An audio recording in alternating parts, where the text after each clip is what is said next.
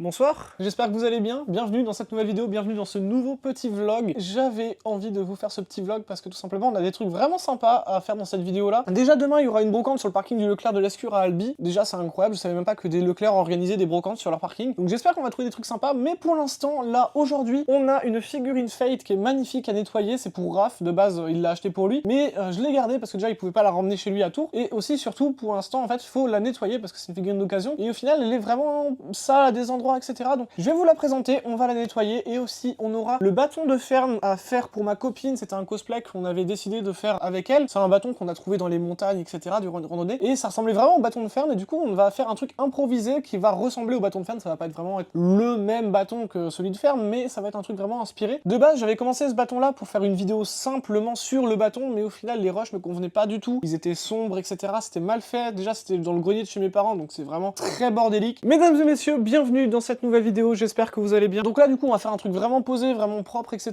Là il reste plus que les rubans à mettre, et aussi faire les petits motifs qui sont sur le bâton, donc tous les ornements en acier, etc. Là on va le faire avec de l'argile qui vient de Action. Ça va être bien, comme ça on pourra développer des nouvelles techniques et des nouvelles connaissances de cosplay. J'ai vraiment hâte, on va commencer par la figurine, on perd pas plus de temps, on est parti.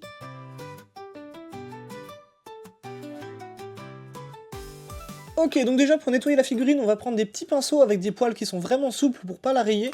Là, on a plusieurs tailles, on verra bien ce qu'on utilisera. Et ensuite, la figurine, elle est juste là, elle est magnifique. Évidemment, je vais vous la sortir de la boîte, mais voilà, c'est une figurine Fate Grand Order de Miyamoto Musashi. Je connais pas vraiment les personnages de Fate, etc. On va aussi d'ailleurs retirer la petite étiquette, on va essayer.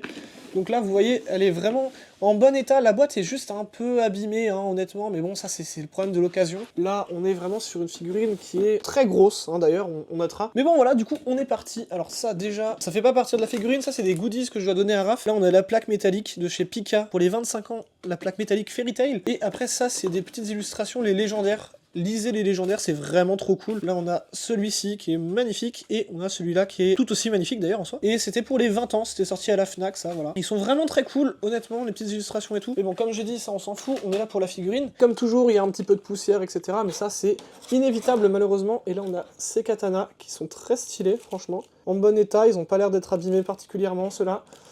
Et lui, pareil. Donc ça c'est cool, parce que souvent les épées c'est ce qui prend le plus cher, vu que c'est des petits morceaux de plastique. Regardez-moi ça, comment elle est belle. Elle est incroyable. Alors je suis désolé pour le panty shot. Elle est magnifique, regardez-moi ces détails. Franchement, c'est une bonne affaire en occasion, hein. Pour une figurine avec autant de détails, etc. Elle est magnifique. Tac. Bon, on va commencer par le socle en fait finalement. Hop. On va regarder comment il est. Normalement, il est pas abîmé, mais ouais, voilà, il y a des petites traces un peu par-ci par-là. Donc ça va être rapide à nettoyer. C'est souvent du plastique qui frotte ou de la poussière qui se met dessus, donc ça, c'est pas un problème. Mais je me rends compte qu'au final, je vais peut-être avoir besoin d'une éponge par contre. Ok, éponge retrouvée. Du coup, on va pouvoir passer un petit coup. Là, c'est vraiment histoire de retirer le plus gros des traces, honnêtement, hein. Aussi, pareil, je l'ai déjà dit dans une autre vidéo, mais quand vous nettoyez une figurine avec une éponge, ne prenez pas le côté abrasif pour frotter sur la figurine. Ça paraît logique, mais je le dis quand même. Là, par exemple, c'est un côté qui est beaucoup plus doux. Et pareil, après, sur les éponges jaunes et vertes, prenez le côté jaune toujours.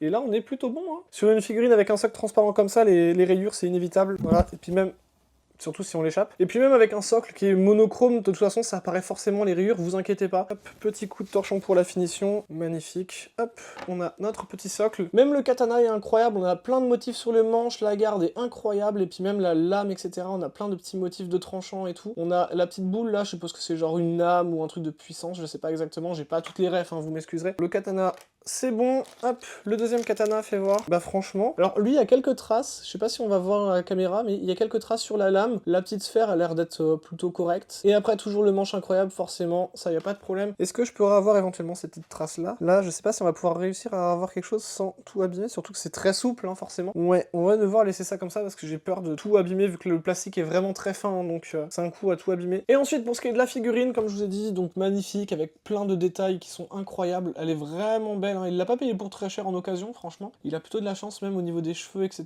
C'est nickel. Là, le dos, parfait. Hop, tout est parfait. Il y a quelques petites traces de poussière un peu par-ci par-là, mais souvent, généralement, on retrouve la poussière dans les cheveux, et là, c'est le cas aussi, d'ailleurs. Là, on a un peu de traces de poussière, etc.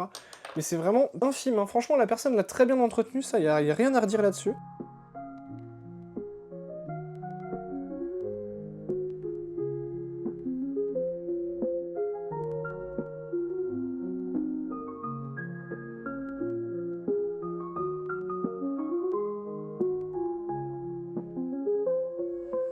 Là, on peut voir que ce ruban-là a pris cher, il y a plein de petites marques, je sais pas si ça se voit à la caméra. C'est dommage en vrai, parce qu'il est beau celui-là, avec le petit ornement, etc. Je sais pas si je vais pouvoir faire quelque chose avec l'éponge. Ah oui, c'est beaucoup mieux en fait.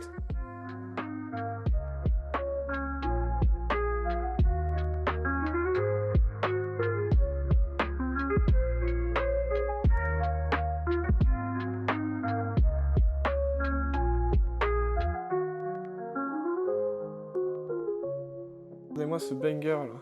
J'ai pas encore mis les katanas en plus. Est-ce qu'il y a un sens pour les katanas? Oh, ça a l'air d'être chiant par contre pour les mettre. Ok, ouais. C'est un peu chiant pour les mettre, les katanas par contre, pour le coup. Et hop.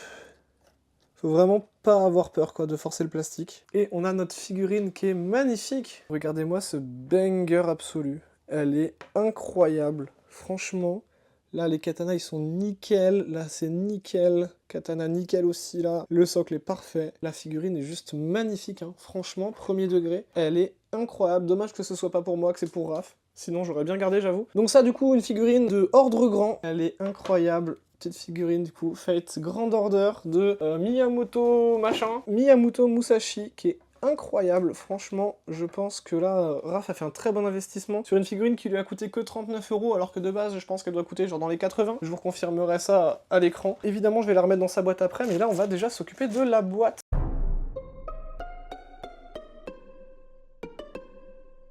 On est sur une figurine avec une boîte qui est nettoyée, on voit plus trop les traces de scotch, franchement ça va. Même si là on voit un peu avec les reflets etc, là pareil, sur le dessus vraiment c'est le pire. Après sinon ça va plutôt bien, là on avait l'étiquette, on voit un peu qu'il y avait un truc de collé. Mais on est sur une réussite, la figurine est nettoyée, la boîte est nettoyée, on n'a plus les petites étiquettes de prix, c'est nickel. Hop, on va pouvoir passer à la suite. Hop, juste remettre ça là-dedans pour pas l'oublier. Maintenant, il est l'heure de passer au plus gros projet, c'est-à-dire ce petit bâton.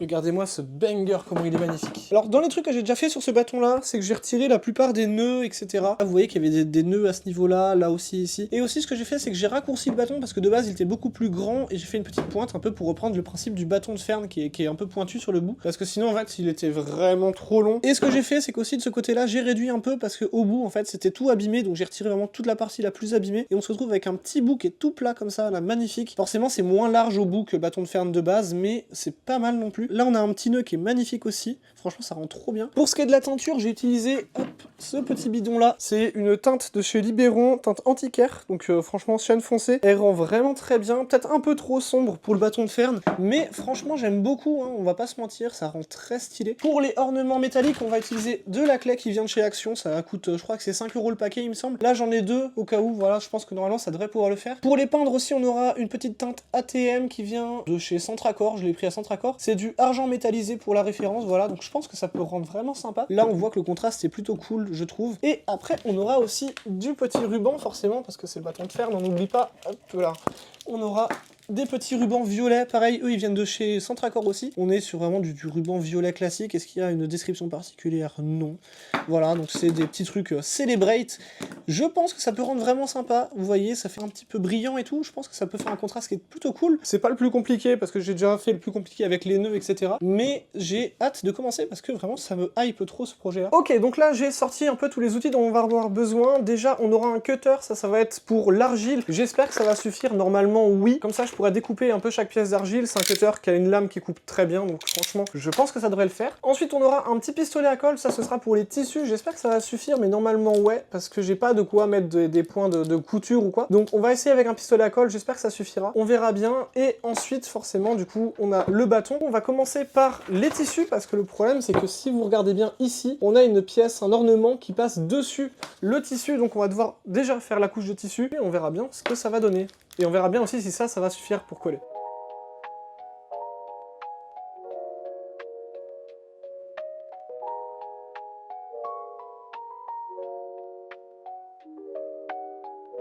Regardez-moi ça, là. C'est pas trop mal en vrai. C'est peut-être un peu trop foncé du coup, peut-être pas assez clair. Mais du coup on a déjà cette partie là de fait, ça c'est bon. Bon du coup maintenant il me reste que cette partie là à faire avec le tissu. Le problème c'est que je sais pas exactement où je vais commencer parce que vous voyez que c'est très long. Sachant que là on a du coup une petite pièce qui est là. Donc cette petite pièce là déjà ira à ce niveau là parce que c'est au niveau de l'angle, donc ça c'est bon. Et ensuite du coup on aura deux pièces ici. Donc à mon avis je pense que ces deux pièces là, on aura la petite qui ira là, à peu près à ce niveau là. Et ensuite on aura du coup le gros cylindre qui ira là. Et du coup, ça voudrait dire qu'il faut que je commence à peu près à ce niveau-là, et j'aurai tout ça à faire, si tout va bien. Peut-être même remonter un peu, à la limite. Je pense que je vais commencer en bas, et comme ça, après, je pourrai remonter petit à petit. Ce sera le plus simple, à mon avis.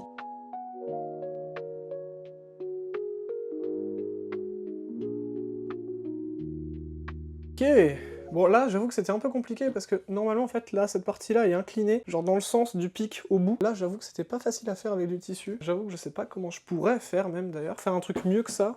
Mais franchement sinon ouais, on est pas mal hein. Au niveau des dimensions ça me semble plutôt cohérent. Ok donc là je viens de finir. On a un truc qui est vraiment sympathique. Je vais vous montrer ça tout de suite. Au final j'ai eu plus de ruban que ce que j'avais besoin, mais j'ai quand même utilisé une partie du deuxième rouleau. Et franchement là avec du recul je trouve ça vraiment trop stylé. Il est vraiment incroyable. Je vous montre tout ça là, c'est magnifique.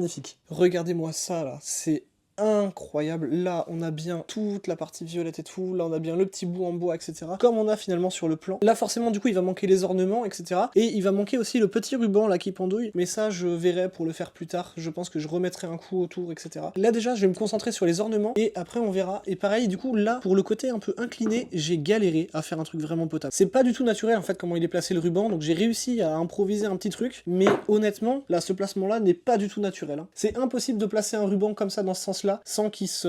Voilà, vous voyez là ça fait une espèce de vague. Je sais pas si c'est du tissu officiellement sur le bâton. Dans ce cas-là, si c'est par exemple du cuir, peut-être que avec de la taille de cuir, etc., c'est un peu improvisable. Mais là, avec du ruban comme je pense que c'est totalement pas naturel du tout. Mais j'ai réussi à obtenir un truc qui se rapproche un petit peu, donc honnêtement, ça va. Et là, du coup, on va utiliser ça. J'ai jamais utilisé cette clé-là, donc je sais pas ce que ça va donner. J'espère que ça va être pas trop mal, parce que là, vraiment, on a vraiment que des petites pièces à faire. Hein. Ça va pas être trop compliqué, mais on va tester ça tout de suite. On va voir.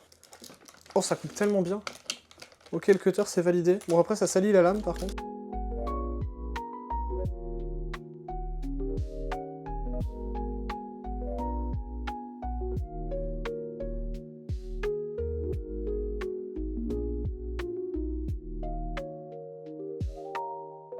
Ça va faire bientôt 1 heure que je suis dessus. J'ai fait que de me reprendre à chaque fois. C'est très chiant à utiliser comme pâte. Surtout, bah, je pense que là, ça aide pas que le fait que ce soit ma première fois avec cette pâte-là. J'espère que je vais finir par réussir à un moment, parce que ça devient un peu inquiétant, là, à ce niveau-là. Il a fallu que je rallume la caméra pour réussir. C'est fou. Donc, je vous montre du coup ce que ça donne. Là, pour l'instant, on a vraiment la forme classique. Je vais laisser ça de côté pour que ça sèche un peu, mais on n'est pas trop mal, hein. Ça rend ce que c'est censé rendre. Et on va essayer maintenant de passer à l'autre pièce. C'était long, c'était chiant, mais j'ai réussi à finir le deuxième ornement. Je vais vous montrer ça, il est trop beau, c'est incroyable. Donc là, déjà, j'ai commencé par celui qui est sur le tissu, et honnêtement, il est plutôt pas mal. Franchement, je l'aime beaucoup. Alors, il est peut-être un peu trop bas par rapport à ce que normalement c'est censé être. Il faudrait peut-être que je le remonte, mais le problème, c'est que si je le remonte, ça décale tout le tissu, donc c'est pas terrible. Mais il est vraiment sympathique. Lui, il n'y avait pas beaucoup de travail dessus, étant donné que lui, c'est vraiment juste une bague, globalement, qui passe autour. Et après, j'ai fait aussi cette partie-là, donc la partie avec les pointes. Et là, franchement, je suis vraiment trop satisfait. Les pointes sont peut-être un peu grosses, mais j'aime beaucoup le résultat. Hein. Mais regardez-moi ça, comme c'est beau, là. On a vraiment un bâton qui prend forme. Je l'aime beaucoup trop, le résultat, pour l'instant. Là, après, du coup, il va me rester ces deux parties-là à faire. Celle-là, ça va être simple, mais celle-là, ça risque d'être très compliqué à faire. Donc, on va voir. Et franchement, je pense qu'on aura un résultat qui se rapprochera de ça. Hein. Ouh. Bon alors, il est actuellement presque 22 h, là j'ai plus l'heure exacte. J'ai réussi à faire quasiment tout, mais je dis bien quasiment. Je vais pas pouvoir finir ce soir. Là vraiment, je suis éclaté, j'ai mal de tête. Mais par contre, on a une très bonne base, je vous montre ça tout de suite. J'ai pas pu tout filmer parce que j'avais plus de place sur la carte SD, mais voilà. Donc là, on a la petite bague qui est au niveau du tissu, ça c'est nickel. Ensuite, on a cette partie-là qui est vraiment nickel, hein, pareil, avec les petites pointes et tout, c'est nickel. Ensuite, ça, je vais devoir le refaire parce que c'est beaucoup trop petit. Je pense que vous voyez la taille du cylindre à côté, c'est beaucoup trop petit. Si on reprend le motif, vous voyez, c'est quand même bien différent, quoi. Là, on a un truc qui est beaucoup plus gros. Et là, par contre, à contrepartie, on a un truc qui est très gros ici et qui est tout petit ici. Donc là, faudra que je revoie pour changer ça. Sinon, globalement, le bâton est incroyable. Je vais pas trop le bouger pour l'instant. J'attends que ça sèche bien avant de manipuler. L'avantage, c'est que vu que c'est de la clay, après, j'aurai juste à prendre, par exemple, le dos du pinceau, un petit peu d'eau, et puis je pourrais faire les dessins dessus. Ça, il y aura pas de problème. Mais pour ça, faut vraiment que j'attende que ça sèche, parce que sinon, ça va être la merde. Et du coup, ça, vous vous en doutez bien, je vais faire ça demain. Et normalement, si tout va bien, demain, le bâton sera fini. Et ça, c'est cool. Ta gueule! Il est bon, bah très bien. Bonsoir. Alors je suis éclaté, hein. Je vais pas vous mentir. Aujourd'hui c'est brocante comme j'ai dit. On est parti, mais juste avant je voulais vous montrer un truc. Sur le bâton ça a séché et ça rend vraiment bien. Je vais vous montrer ça tout de suite. Regardez-moi ça, là, ça a séché, c'est nickel. Bon, c'est encore un petit peu mou à des endroits quand même, hein. Et là c'est vraiment, cette pièce là est vraiment trop stylée, hein, par contre. Et là du coup il faudra que je remodifie un peu. C'est pas tout à fait plat. Et en même temps j'ai galéré à faire un truc bien. Je pense que je raplatirai après tranquillement. De toute façon il faudra que je fasse les motifs ici. Mais bon, pour l'instant là c'est pas l'objectif. L'objectif c'est d'aller à la brocante, donc on est parti tout de suite. D'ailleurs regardez-moi ces godasses là, comment elles sont magnifiques. Je les ai payées genre, je crois 20 balles, elles ont coûté 80. Je les ai pris à Stokomani. Le seul problème c'est que là, c'est de la merde, là. La partie plastique se détache. Mais sinon en vrai je les aime bien. Franchement, ils sont plutôt cool, voilà. Donc n'hésitez pas à faire un tour à Stokomani, vous pouvez peut-être trouver des pépites des fois. Bref. Avant d'arriver, je voyais pas beaucoup de voitures, mais au final, putain, il y a du monde, hein. Ça va jusqu'à l'autre bout quasiment, c'est incroyable. À la base, j'avais filmé quelques rushs, mais on va pas les utiliser pour une raison évidente de bruit permanent des catalyseurs. Mais je vais quand même vous faire un petit récap de ce que j'ai vu, en commençant par une pile infernale de DVD. Beaucoup de DVD, mais il y avait un DVD Hunger Games, donc ça c'est cool. Et j'ai aussi croisé une petite vieille qui avait pris un caddie au calme. Ça prend carrément des caddies, ça me fume. Et ensuite, j'ai pas pensé à filmer à ce moment-là, mais j'ai trouvé une petite pépite. Bon alors, je pense avoir trouvé des Bakugan. En vrai, la personne m'en propose 20 € pour plein de Bakugan et des lanceurs, etc. Le problème, c'est qu'il y a plein de Bakugan qui sont défaillants, même juste abîmés avec le temps, etc. En vrai, je sais pas si c'est vraiment un bon coup à prendre ou pas. Je vais retirer de l'argent, mais bon, j'avoue que je suis mitigé sur si c'est un bon achat ou pas. C'est bon, j'ai la Kitchta. Le problème, c'est que j'ai bien réfléchi. Je vais proposer 15 €. Sinon, bah tant pis, je prendrai que ceux que j'avais vus de base. C'est vraiment pas optimisé de prendre ça pour 20 €. Il y en a, il manque des morceaux, etc. Donc on va proposer ça, et puis on verra bien. Let's go. Ça s'est récupéré du coup, 15 balles. Madame elle était très gentille, elle a compris qu'il y en avait plein d'abîmés. Et puis surtout en fait c'est vraiment qu'elle voulait se débarrasser, donc franchement...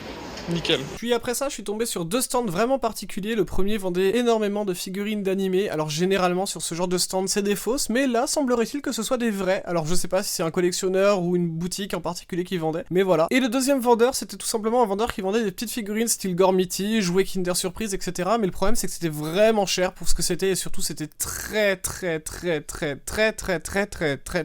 sale. 2 € pièce pour des trucs tout sales, là, terrible. Et après avoir vu les prix, je suis parti en courant.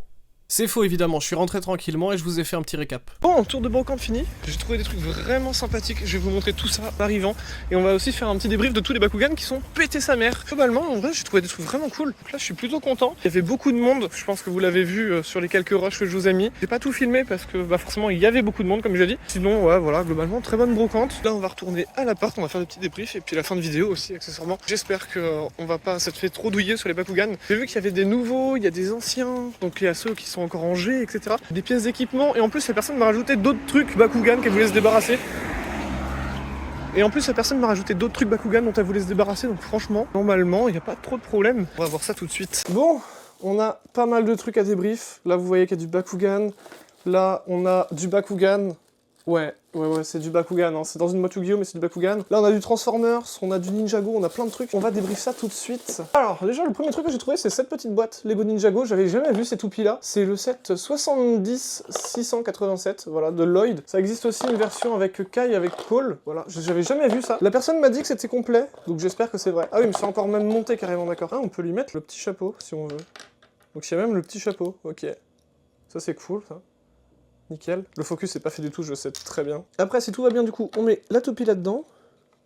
Si on y arrive. Hop. Et normalement... Mais c'est nul. Mais c'est flopesque de fou. Normalement, c'est censé tourner, etc. Et ouais. C'est peut-être pour ça que je l'ai jamais vu avant. C'est parce que ça n'a pas besoin de beaucoup, en fait.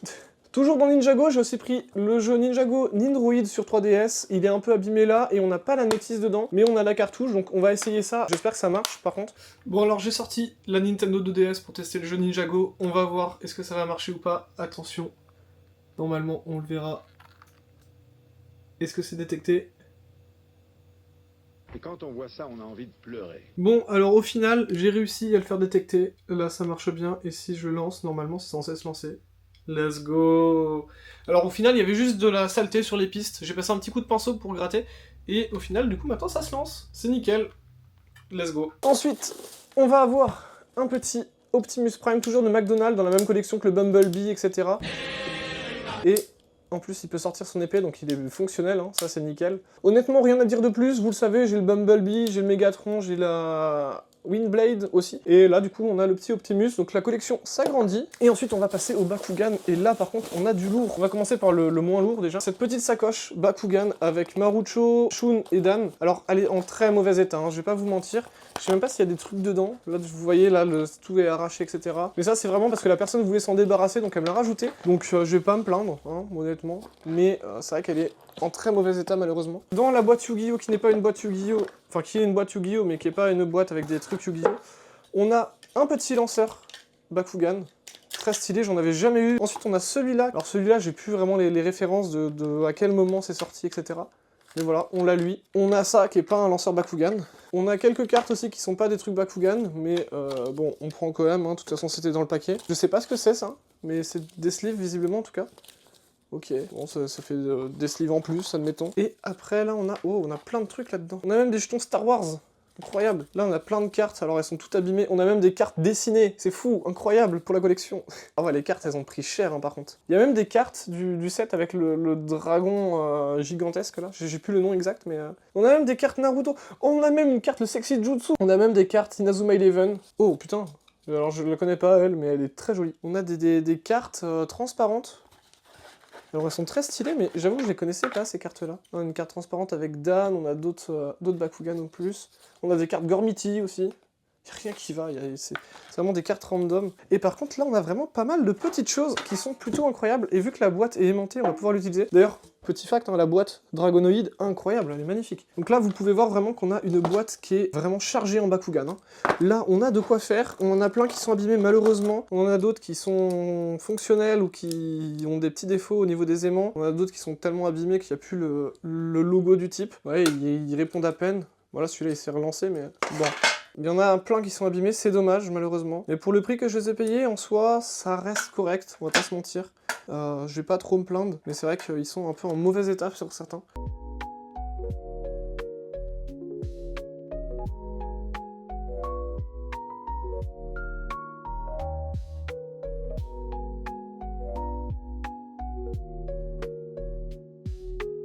J'étais en train de faire le tri dans tout ce que j'avais en plus des cartes mythiques, etc. J'ai trouvé une petite sleeve Yu-Gi-Oh! Zexal. En vrai, je suis plutôt content, elle est stylée. Et après, forcément, on a des cartes Naruto, on a des cartes Inazuma Eleven, ça je l'avais dit. On a pas mal de cartes dessinées, donc ça me fait un peu chier, mais bon, c'est pas grave. Et là, on a une carte Redakai. Je savais même pas que ça existait, voilà. Et aussi, tout à l'heure, je vous ai parlé du launcher, et je me suis rendu compte qu'en fait, cette pièce-là est cassée, donc du coup, le petit globe, là, il s'ouvre plus comme l'autre. Là, celui-ci, il s'ouvre normalement et tout. Et celui-là est pété, malheureusement. Mais en vrai, il est en plutôt bon état, il est fonctionnel, donc ça, c'est cool. Et après, par contre, là, on a pas mal de cassés, donc on a celui-là qui est le moins cassé, donc on a juste un petit ressort qui a sauté. Mais après, là, on a des morceaux de Bakugan. Celui-là, c'est un Pyrrhus, mais j'ai aucune idée d'où il vient.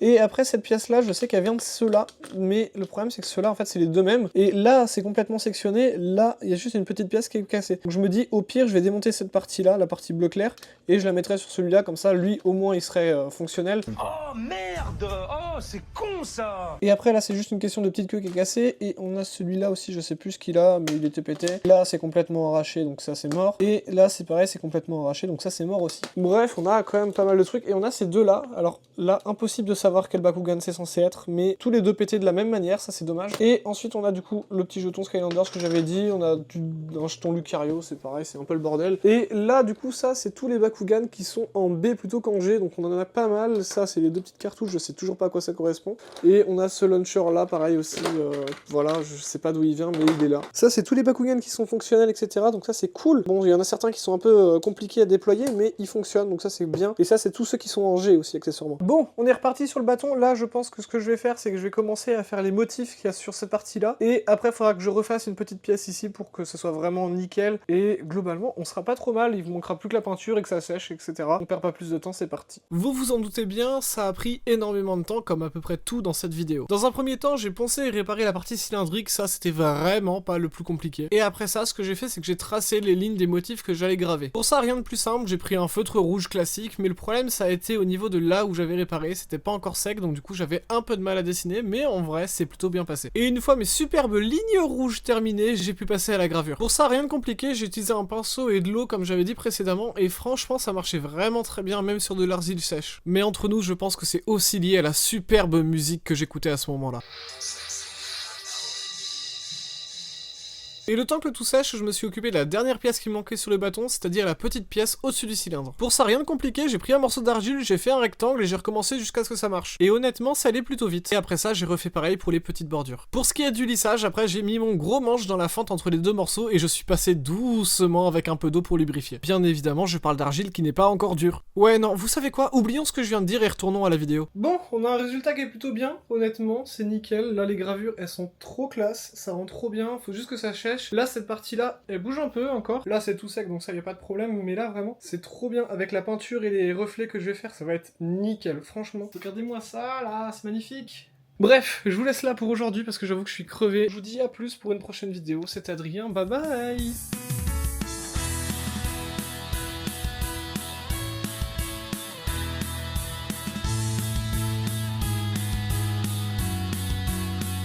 Sur une figurine avec un socle trans.